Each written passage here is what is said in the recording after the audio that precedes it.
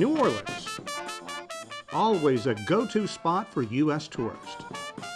But the city has decided there is a wealth of visitors they want to spend more time and money courting.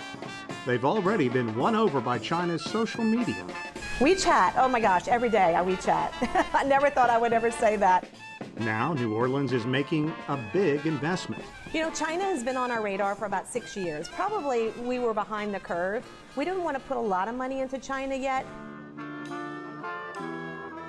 You know, 6 years ago, we were kind of dabbling in it, we were exploring it. The New Orleans Convention and Tourism Bureau is spending 30% of its annual budget to lure the growing Chinese middle class here. So when you go to China, people have to wonder, how's your Chinese? 我的中文是还好. He says it's just okay. Stevie Garcia is a native of the city, and as head of New Orleans Custom Tours, he's a key link in making Chinese guests feel at home in New Orleans.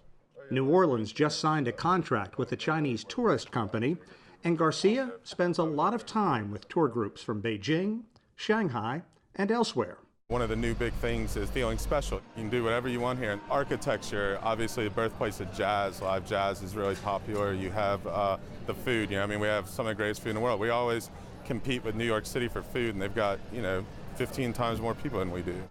It's not just the nightlife, shopping, food, fresh Louisiana seafood with a bourbon glaze,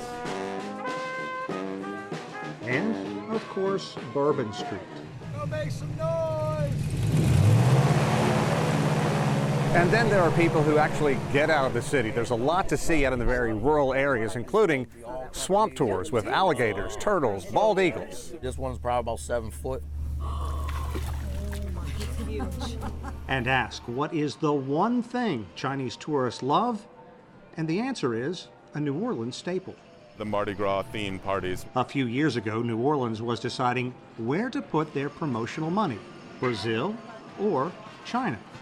City leaders believe they are building the foundation to attract Chinese tourists who come to the U.S. to visit New York, Washington, D.C., or San Francisco.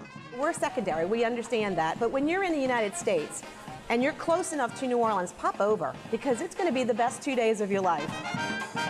Sean Caleb, CGTN, in New Orleans.